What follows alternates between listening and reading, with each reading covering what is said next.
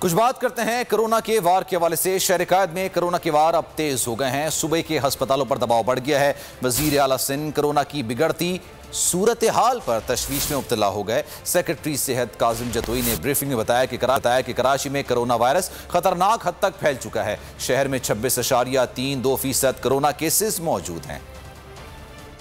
Mask लगाओ, vaccine लगवाओ और समाजी फासला करो इख्तियार, क्योंकि वायरस ने मेगा सिटी को हदफ बना लिया। शहर में कोविड केसेस की शरह 26% से बढ़ गई। कोरोना के बढ़ते केसेस की वजह से अस्पतालों में जगह खत्म हो गई।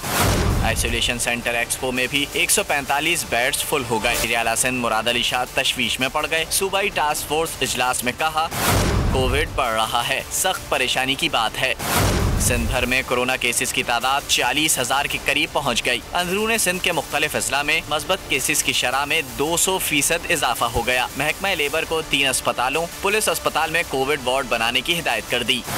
सूबे की तमाम सब्जी मंडियों में दाखिले के लिए कोरोना वैक्सीनेशन लाजमी करार दे दी गई। वजीर खुराक इस्माइल राहू कहते हैं, शहरी वैक्सीन लगवाएं, अफवाहों पर ध्यान ना दें। National command and operation centre NCOC ने कोरोना वबा के फैलाव और बढ़ते केसेस को रोकने के लिए सिंध हुकूमत की जानिब से उठाए गए इकदाम की तौसीक कर दी।